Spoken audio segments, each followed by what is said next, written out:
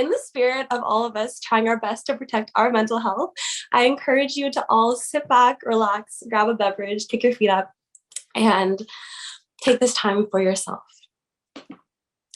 So even to this day, public speaking is something that is very hard for me, because my first experience public speaking was when I was in my grade 12 year. Valedictorian tryouts came along and I was like, okay, you know what? I'm gonna shoot my shot. I'll see what happens. So tryouts come along way faster than I expect them to. And I made the really smart decision of deciding to go to Google, and I typed in best valedictorian speeches. So I ended up giving what was sort of a mixture of like a Dollar Tree Kevin Hart meets like Walmart Oprah, and it was absolutely horrible. I think maybe 2 people clapped. It was in front of my whole school. I was so embarrassed. I went upstairs and I cried. I was thankful that the janitor was there to console me. She was so kind. But after that, I did what most of us would do in this situation. I picked up my phone and I called my friends, I called my family, and I was like, I'm so embarrassed. I can never show my face again. I'm never doing public speaking ever again. It's not going to happen. And so, that was obviously a lie. But the question that I have for all of you is, who would you call?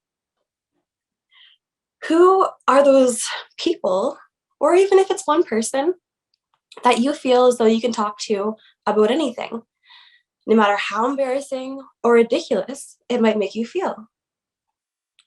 The thing is that it doesn't matter who this person is, or even if it's 10 people or 5 or 4 or 3, but what matters is just how comfortable, safe, and seen they make you feel. Even if it's just the 2 of you, that connection can be the difference between you feeling as though you're completely alone versus you knowing that there's a place for you in this world. But the thing is that our need for belonging, this need for community, this need for connection, it's nothing new. It started right when we were born, when our whole community, our whole sense of connection was formed by our relationship with the caregiver. But then, we start to grow up in our communities and our worlds of connection expand, and they extend to both in-person and online worlds. Online, sometimes a sense of community is constantly being bombarded with images of what it means to have the quote unquote perfect body. You're also constantly flooded with images and videos of influencers, celebrities, and actors all telling you how to be, what to believe, and what to think.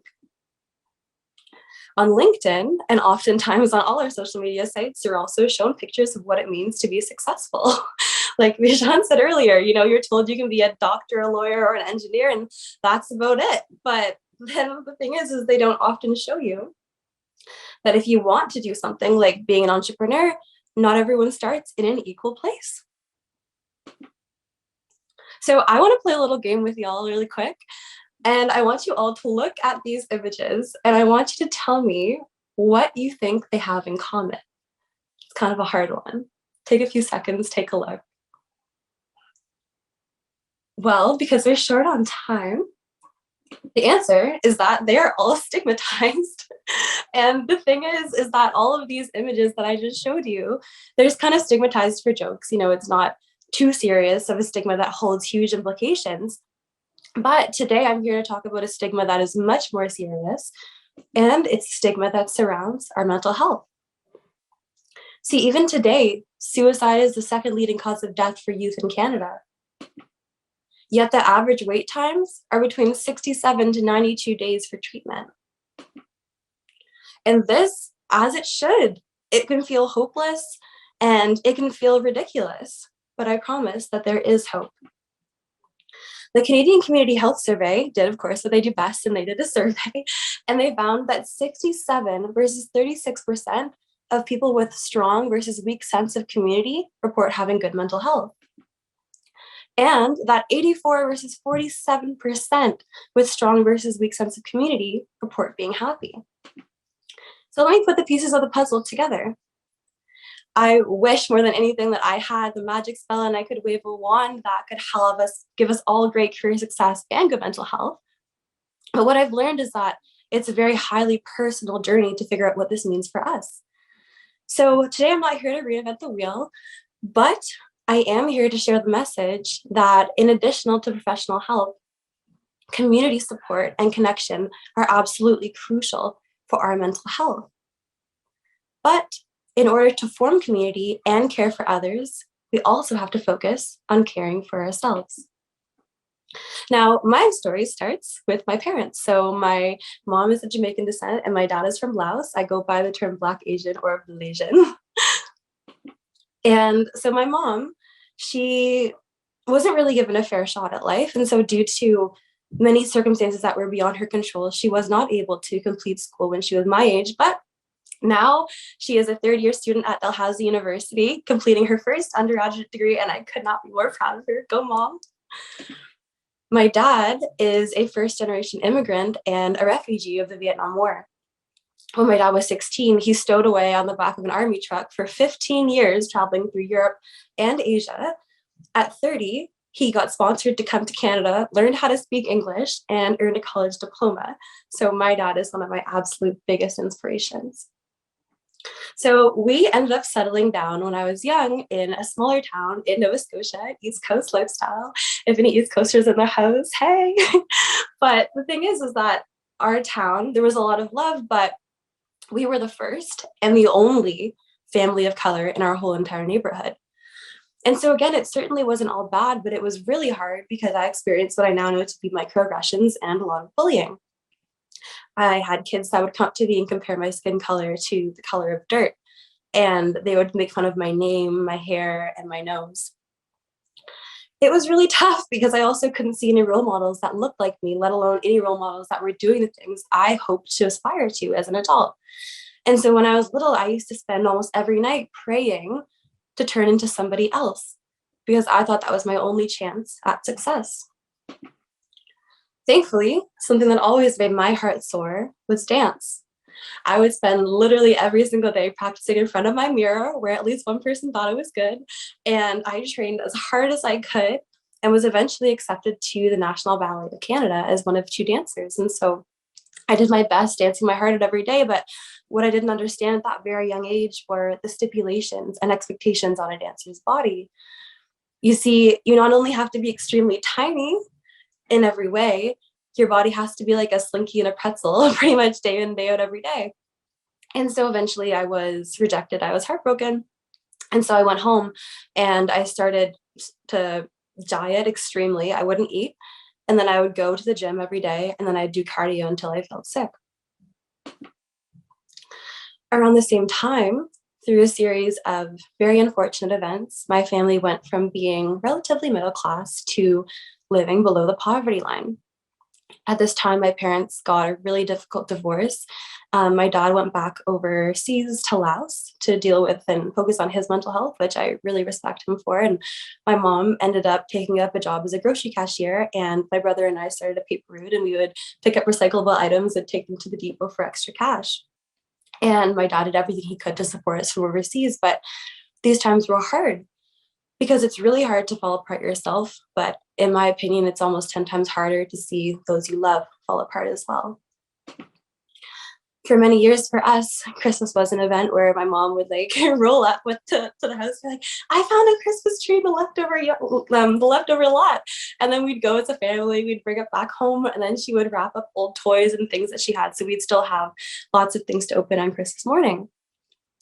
The thing is that these times were challenging for us, but it taught me so much about community because no matter what, people never stopped checking in on us to make sure that we were okay. So eventually high school rolls around, and I decided that if I was able to get perfect grades, get a big scholarship, that I would never have to worry again. I felt like achievement was my key to personal success. And so I used to work myself to the bone every single day, and I would have panic attacks if I did anything that I thought was even slightly less than perfect. I had such an unhealthy relationship with achievement, and it was really, really, really bad for my mental health. All the while, I continued to repress my emotions because one, I felt like I had to be strong for everybody else around me. Two, I felt like if I was vulnerable, everyone would see me as weak. And I already felt weak, so I couldn't let anyone see me as weak and treat me as weaker. But the thing with repressed emotions is they're like a jack in the box. the more you push them down, and no matter how hard you try to push them down, they're going to pop up in one way or another. You won't know when and you won't know how, but I guarantee they will. For some, these emotions pop up as anger. For others, sometimes repressed emotions pop up as extreme sadness or depression. But for me, my repressed emotions popped up as extreme self-hatred.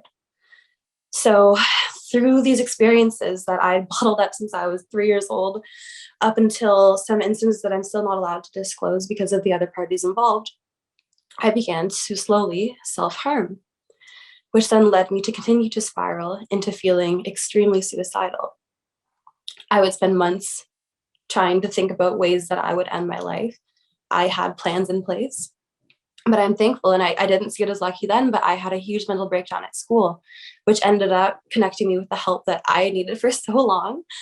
But getting this help is what helped me power through school and give me a strength that I never knew that I had in me before, which helped me power through and earn that full scholarship that I needed to Queen's University. So once I got to Queen's, I had the time of my life. I had so much fun, sometimes a little too much fun, which is totally okay. And I felt like I was part of a community for the first time of extremely ambitious and incredible people. I felt so happy.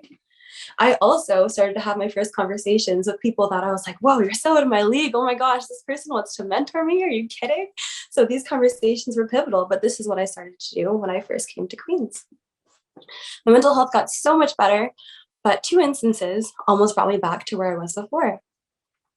When I was in my first year, I went into a restaurant that was off campus, and this woman, she looked at me and she screamed the N-word. And the thing is in this moment, I was like, there's no way this lady's talking to me. This definitely isn't happening. But she took my pause as license to come in and say it again. And then she decided to follow that up by saying that I must have a chip on my shoulder coming in there. And so I left, and that hurt. But what hurt more was that literally no one stood up for me.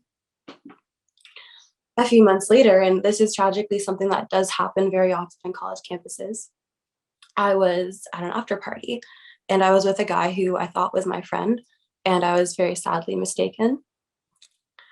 I said no very, very clearly many times, but he wouldn't stop. He wouldn't stop trying. And for me, I'd never felt so voiceless and so helpless, especially after all the work that I'd done to get to this place. This was something that really put me into a really dark hole. But eventually, through time, what got me through this was my community and the professional resources I was privileged to access, albeit sparingly. So months later, I decided, instead of continuing to fight the system that wasn't accessible enough, I could do something to try and change it. So I founded Step Above Stigma and have been working towards breaking the stigma around mental health ever since. Step Above Stigma is a Canadian charity that has now had over 700 volunteers, has 4 going on 5 chapters, and has impacted over 100,000 people. And I could not be more proud to continue to work towards talking about the things that we don't say, to try and break the stigma through events and initiatives. With that said, if you do want a fun, meaningful volunteer opportunity, feel free to hit me up. So with that, I'd love to share 3 things I wish that I had understood sooner that I came to learn through my journey. The first is that your network is your net worth. Please don't count yourself out first, because it can be so easy to count yourself out, especially when you see these people as so high above you. But I promise you that mentorship is community. Mentorship or networking, even to get mentors, was something that was super hard for me in the beginning, because I was like, this was the image that I had in my head with networking. I was like, there's no way I could ever do that. I thought that I had to be a man in a crisp suit with, a lot of money and a lot of experience to even try to get into these conversations. But boy, was I wrong. The thing that changed everything for me was when I started thinking about networking as bonding and connecting. So instead of going into a room being like, I hope they like me, please like me, please like me, don't think I'm little and don't think I don't know anything, please like me, I just decided to think, well, what can we learn from each other? What can we offer each other? How might we best bond and connect? So I challenge you, next time you're scared to talk to somebody that is absolutely amazing, remember that they're people too. They may just have been in your shoes not too long ago. And think about bonding and connecting, and think about the things you can give them too. The next thing with networking is that oftentimes, again, it's one of those things that we only think about doing for people that are above us in careers, but it's so important as well to focus on connecting with your peers and connecting with individuals who are more junior in their careers than you or are younger, to help bring them up as well. Now, the next thing that I learned is, did you know your brain can process between 400 and 800 words per minute? This is a lot. This is a lot of words. So these are the words that, form your surroundings, but these are also the words that you can use to either bring yourself up and make yourself feel good about yourself, or to push yourself down. Sometimes they're very involuntary and they're hard to detect. So I want you to have empathy with yourself if your self-dialogue is currently negative, which mine honestly has been for most of my life. But I want you to take a second and think, what if your voice sounded like him? How would you probably feel about yourself? Calling you a donkey or an idiot sandwich. Now, how would you feel about yourself if your inner voice sounded like one of these guys? Or maybe even him. So now I want you to switch gears if you can and challenge yourself to think, what if your inner voice sounded more like him? Or her? Or maybe even him, and I know he's really not maybe the sharpest tool in the shed, but no one can tell me that Sid is not a good ally. The third thing that I'd like to share with you today is a little imaginary scenario. So I want you to imagine that you have a magical bank account.